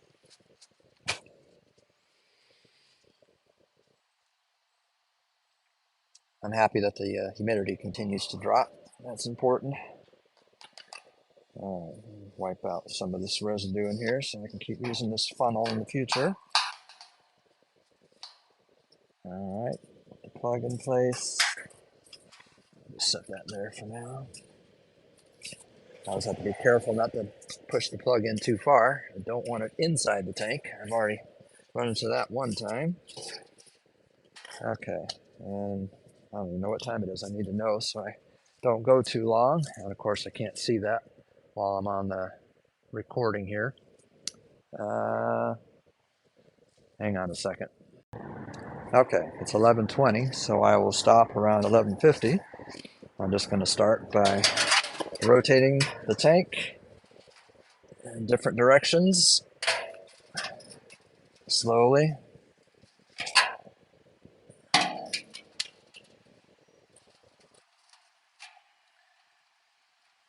Fortunately, this thing is not very heavy, so even an old guy like me can handle this part okay. Although I'm sure if I keep bending over like this, I'll hear about it later from my back. The other direction.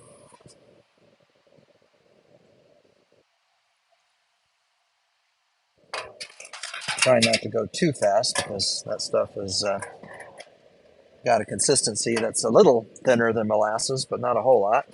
So I got to give it time to coat as I rotate through. And I still have my little pipe cleaner thing inserted in the vent tube. I have to remember to pull that out after I drain the sealer out of the tank so it doesn't solidify and get stuck in there.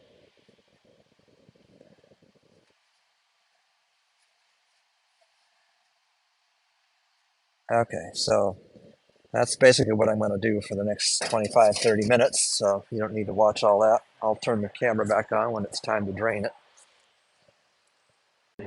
All right, folks, it's been 30 minutes. I was the human cement mixer this time, rotating this thing through every angle I could think of, slowly, side to side, over, end to end. So I think I did a pretty good job. So now we're going to pour the remnants into this container it came in. I was using this bucket to sit on. That came in handy. Now I'm going to use it just in case. Now that doesn't really leave me enough room, so hopefully I don't make a big mess here. So I'm going to take this off. I didn't even tighten it all that tight. Oh, that thing had some pressure in it. I was expecting that. So now what I got to do is simply drain out the liquid, what's left, until it stops.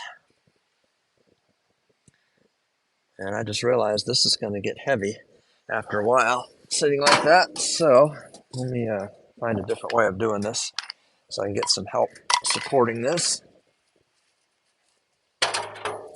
Oh boy, I wasn't anticipating this. Well, there it comes. Okay. Probably would have been easier if I had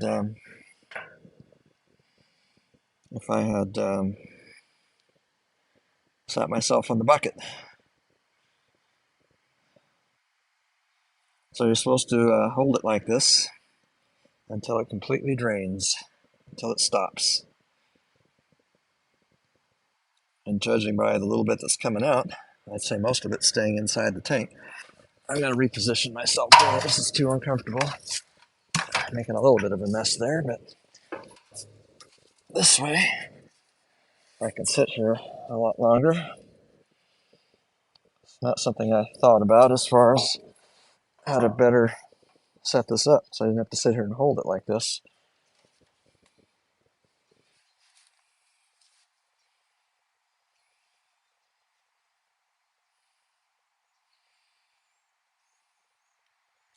I just hope it fully drains. I'm assuming the drain plug on this tank is positioned in such a way that it's designed to let everything drain out without puddling inside the tank. I sure hope that's the case. All right, draining the tank took a long time. You really got to have patience during that step, but I finally got it done. What's interesting is that almost everything I poured in there came back out eventually. There's just a very thin coat on the walls inside here now, and I know you really can't see it too well. I don't have my light. That's one thing I forgot to bring over here was my light, but if you can see anything at all, you can see there is a shiny covering on the inside of the tank now from the sealer. So now the curing process begins. What I'm going to do right now, before the sealer hardens in that can, I'm going to take my brush here and paint some on the outside, cover up these rusty surface rust areas, and that's it. I'm just going to do some spots, not the whole thing. That's not necessary, but wherever I see some surface rust, I'll cover it up, and then just let it dry for 4 days at least. Looking good. I just checked the clock. That took me an hour and a half from the time I poured in the sealer to draining it out and getting all of it out after half an hour of rotating around the tank. So I got my flashlight now, so I'm going to carefully stick it in the side here and see if we can get a view inside what it looks like. All right. I don't know how good that is focusing or not, but I don't have my glasses on, so I'm assuming it's okay. I should have put my glasses on before I put this in there so I can see. Okay, there we go. All right. Okay, so it looks wet, which I guess is what it's supposed to look like right now. So now it's got to dry for 4 days minimum. And I'm probably going to let it go a lot longer just because it's going to get cooler and more humid in a couple more days before the drying process is done. And while I'm thinking about it, I need to pull this out of the tube so that it doesn't harden at the other end. Hopefully this will come out. I may need my needle nose pliers. It's kind of hard to grab right now. So anyway, I'll grab some needle nose pliers and pull that little pipe cleaner thing out of the vent tube there. I'm working on several different things at the same time here, which can sometimes be dangerous. I finished painting or going over the outside of the tank in the various locations that had a little bit of surface rust. I got all that done. I've kept an eye on the inside of the tank and discovered that there was a little bit of pooling going on in a couple of spots that I didn't like. I just noticed something else too right here in this rim that I'm going to wipe out. This stuff was very slow drying. I guess that's not really a problem. That's where the O-ring's going to go. But anyway, yeah, I'm going to get a screwdriver and clean it up a little bit. But anyway, I rotated it because I didn't want it pooling anywhere or puddling. So I think that took care of that. All right, I'm in my shed now. It's a little cooler in here than I was hoping to see it. 55 is supposed to be the minimum acceptable temperature. And as you can see, it's 54 and a half in here right now for the tank to properly cure. The humidity level is fine. 72% is perfectly fine as far as that part goes. So I'm, I guess I'm going to have to, well, I had the heater thermostat turned down apparently a little bit lower than I should have last night. Didn't want to keep that thing running constantly, so I'll just crank it up a little bit tonight when I close up for the day. So anyway, the tank's looking good. Well, it's a tank. What do you expect? So anyway, that's it for now. Good morning, all. It is the morning of the 8th of March, 2024. It's around 10:30 or so in the morning. Um, I have been working on my gas tank. I got videos that I made last night because I sprayed primer on it, galvanized primer, so I can now paint over it. So the last thing I'm going to do there is paint it here in a few minutes so it can dry for a few hours. And if all goes well, I may try to install it back in the car this afternoon. I've had a full 5 days of curing for the sealer, so I'm pretty sure that's ready to go. Oh, well, this is a snippet that I'm going to incorporate into videos that I do tomorrow, the 8th of March. It's the 7th today, but it's late in the day. I just got home from work, but I have enough time to paint my tank. I discovered that it's galvanized metal. I should have known that, but I've never done this kind of stuff before, and you can't just use regular paint on it. It won't stick. It won't stay. It'll peel off. So I had to go to Home Depot where I found some special primer paint that will work with galvanized metal. So I'm going to cover it with that. And then probably tomorrow morning or the next opportunity I get, I'll go ahead and cover that with black paint. Probably a little more than I need to. And upon further reflection, I probably would have been better off just painting the entire exterior of the gas tank with that same sealant that was on the inside. But it didn't occur to me to do that. So, and since I did do some sanding on it, I have to do something to protect the metal because I'm sure I've destroyed some of the galvanizing, protection that was on there originally. So, um, I'll show you what I bought here. As soon as I find it, let's see. Here we go. Full galvanizing compound, it's called, but it's designed to work on galvanized metal. It's basically a primer.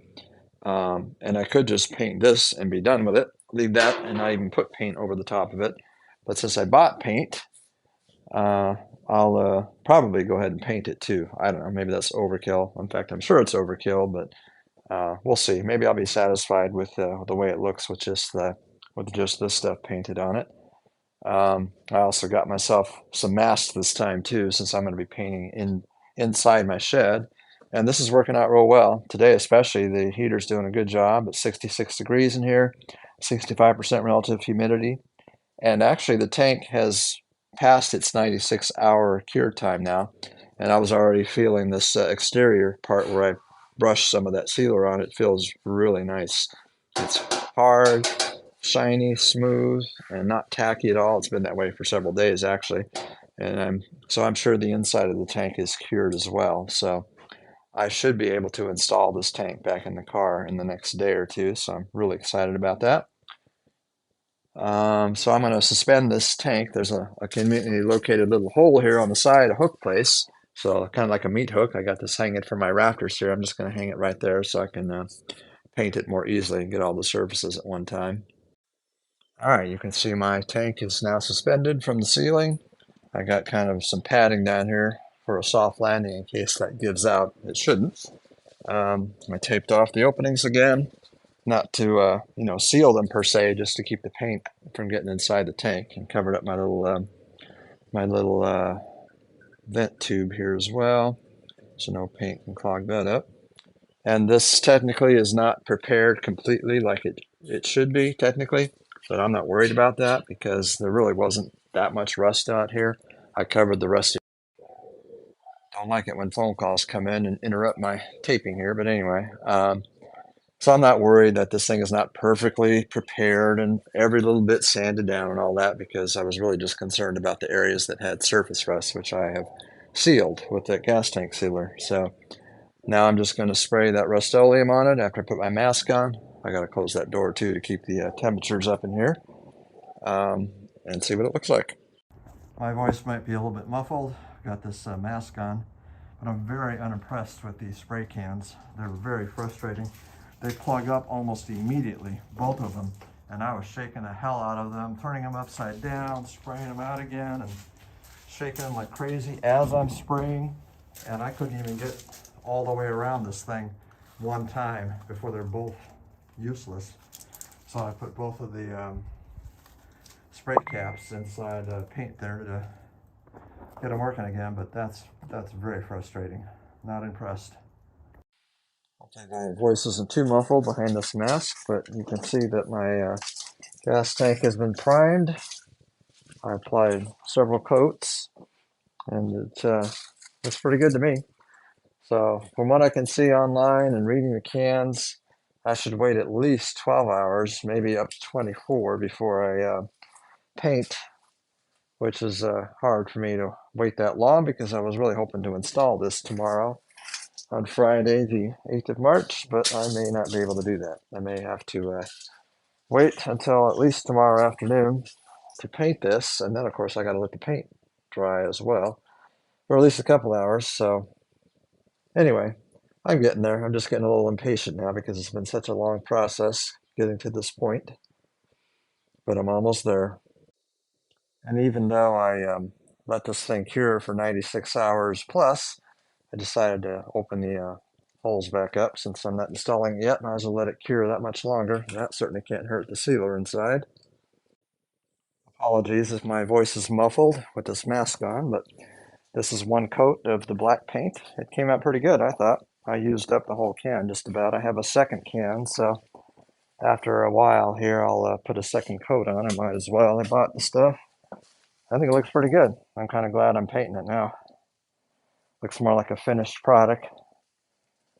So that should definitely protect it from rusting on the outside after the galvanized primer and all that. So looking good. All right, the second coat of black paint is now applied. So I am basically done with this gas tank. All I got to do now is just let it hang here for a few hours, And if all goes well, I may try to install this later today in the car. It's supposed to rain tomorrow afternoon, Saturday afternoon, so I'd really like to get it in there before then. So, and the weather's nice today, so I'm going to try and get this in the car today if I can. Not going to rush it, but I would like to get it in. So what I'm going to do right now is remove the tape from the openings to allow the interior to continue to vent and cure, even though it should be completely done. I'll peel that tape off of the vent tube later and install the vent tube on top of the tank later when it gets closer to installation. And I also need to tape the insulating blanket onto the tank too that I saved in the trunk of the car. I think that goes right there on that part of the tank. And that's it. So this has been a long process getting this tank ready. But a new one would have been about $500, a gallon smaller, no vent tube.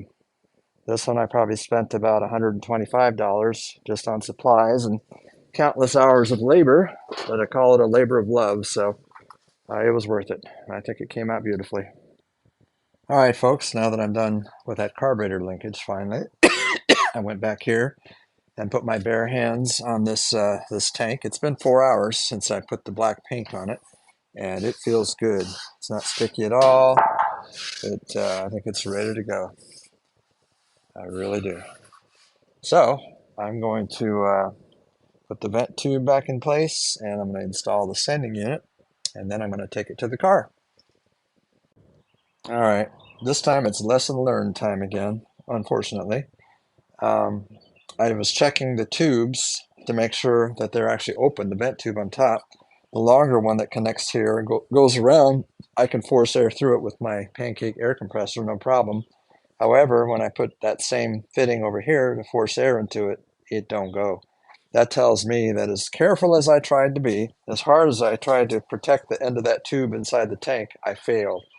I suspect what happened is that when I pulled the thing back out, it probably pulled sealer with it, and it just kind of settled right here in the bend or something like that, because I can't seem to get past that bend anymore to get in there. So basically, I've sealed off the vent tube. As hard as I tried to keep it open, it's such a tiny little opening. I was not successful, I don't think. It's possible, since I got this little loop here, that I could cut through that carefully and open it right here and leave enough sticking out that I could attach to it with a hose. But I don't think I'm going to worry about that. The replacement tanks don't even have this vent tube on them, so I'm hoping that's not going to be a mistake. If it turns out to be a problem, um, then I may have to take the tank off again at some future time and do something about it. But for now, I'm going to leave it as is. I'll go ahead and put the rest of the tubing on it just so it's in place, and then I'm going to proceed with getting ready to install it in the car. Okay, you can see the vent tube there in place, even though it's basically useless, just for decoration at this point. Getting ready to put my new sending unit in. Comes with a new gasket to seal it right there, a nice new shiny retaining ring, and the sending unit itself. So we'll just carefully get this in the hole. Okay, maybe I shouldn't be trying to do this with one hand. I better not. I'm just illustrating that this is indexed. There are index tabs right here on the side that fit in the slots right here, so you can't get it in wrong. I guess you could possibly get it upside down, but that'd be kind of hard to do. All right, my new sending unit is in place. I just used a flat little punch to lock it in place. There's no need to hit it too hard.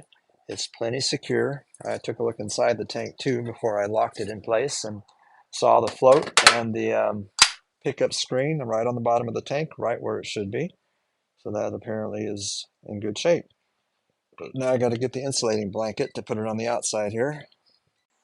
I almost forgot too. I have to put a new O-ring inside the filler neck hole here, and I'll put a little dab of Vaseline on the inside too to lubricate it, so the tube can slide in there a little easier and not pull the seal out. Well, everyone, it is what is the date? Whatever Saturday is, it's 8th or the 9th of March, 2024. I think it's the 9th. I'm in my shed. It's kind of a drizzly, rainy, cool day outside, so I'm not going to attempt to install my tank today. But this does give me an opportunity to maybe rectify the problem with that vent tube that I highlighted yesterday. I'm going to show you what I'm planning on doing today.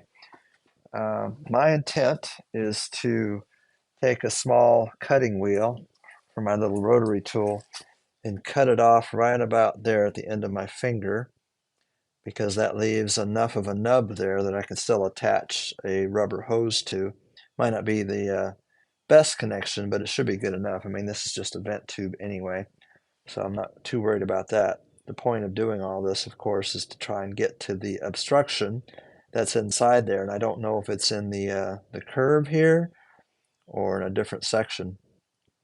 So I may actually cut a little bit further out just to see if that's enough to maybe clear the obstruction, and then just cut another end of it off just to take a chunk out and see if I can clear the tube then, and go from there. I figure there's really no risk in doing this because it's plugged. So and all I'm trying to do is unplug it. And if I succeed, great. And if I don't, then I'm in no better position than I am right now.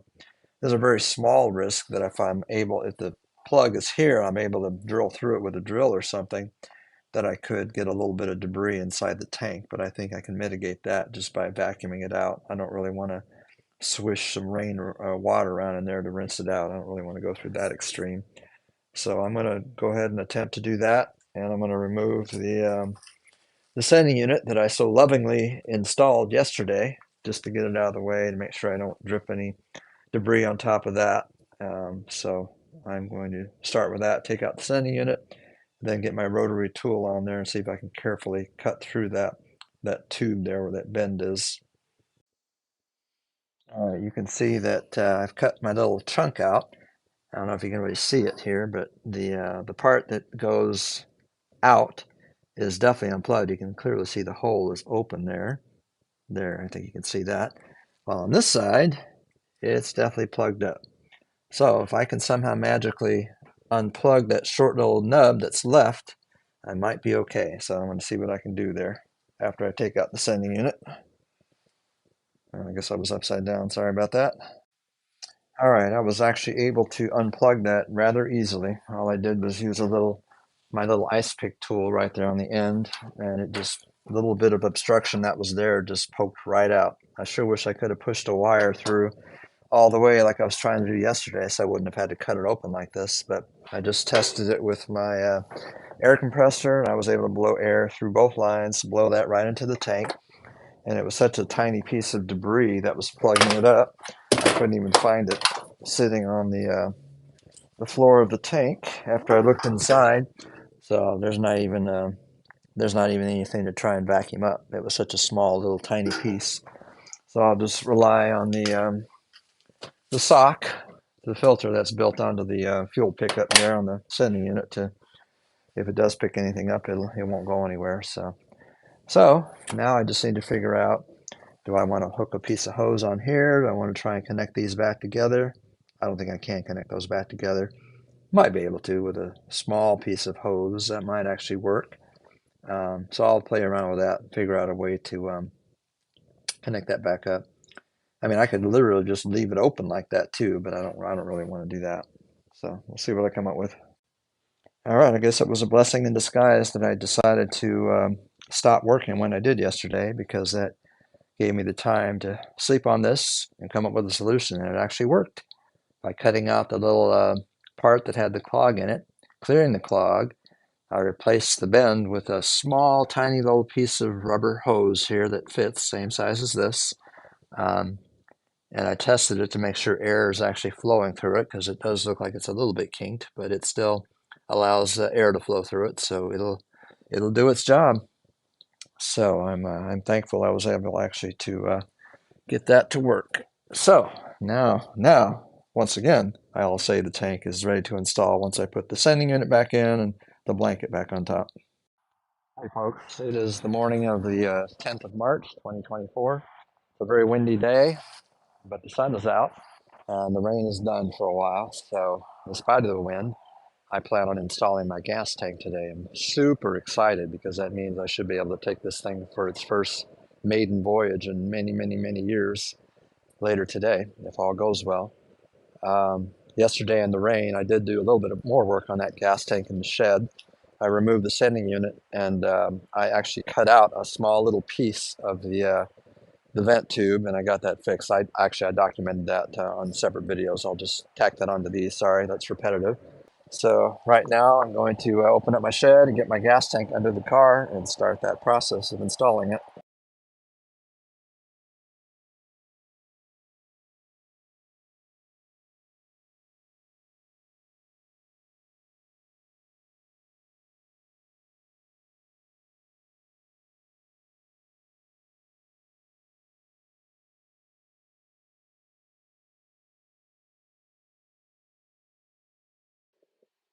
All right, you are looking at the bottom of my gas tank now, sitting in place.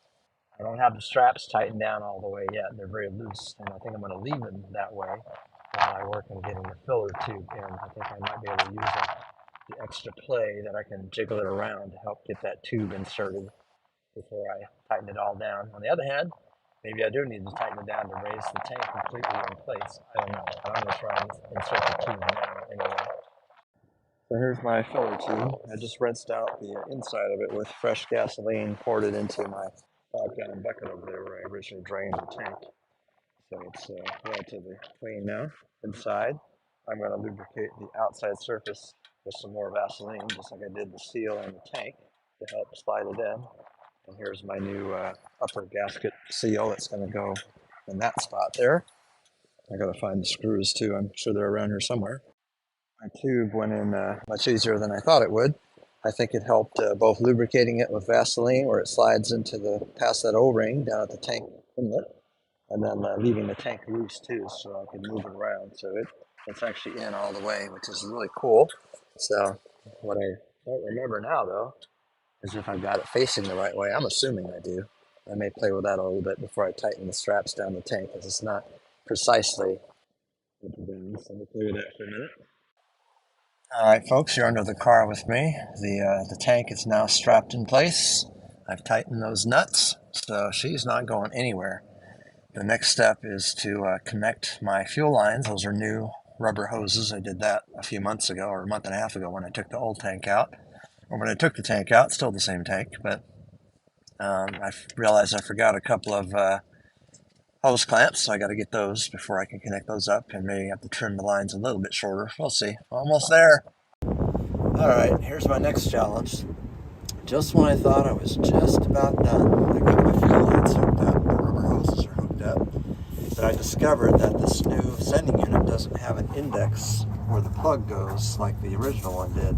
So the plug doesn't fit on there because it's got this notch on the inside. Let's see if I can show it to you.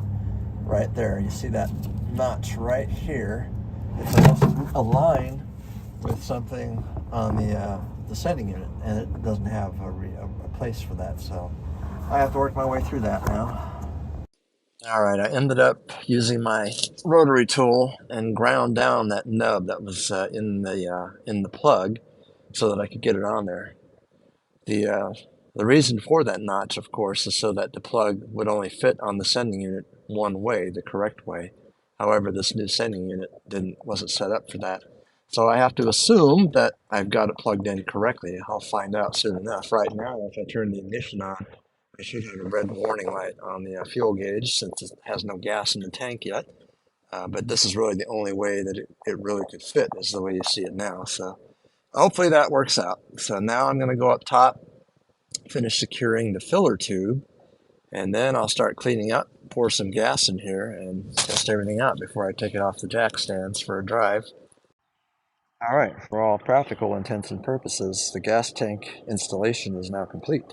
Got my new gas cap on here. The outer part here is indexed properly with the word top up here where it should be. I had to drill a couple of new holes here for this to fit right. I actually had to put Vaseline on the mounting surface right there for this gas cap. It's so tight. It's a brand new one. And it was a little too hard to turn, so that's good. So now I'm just going to start cleaning up, putting things away, and then I'm going to walk across the street to the Valero gas station and put some gas in the tank.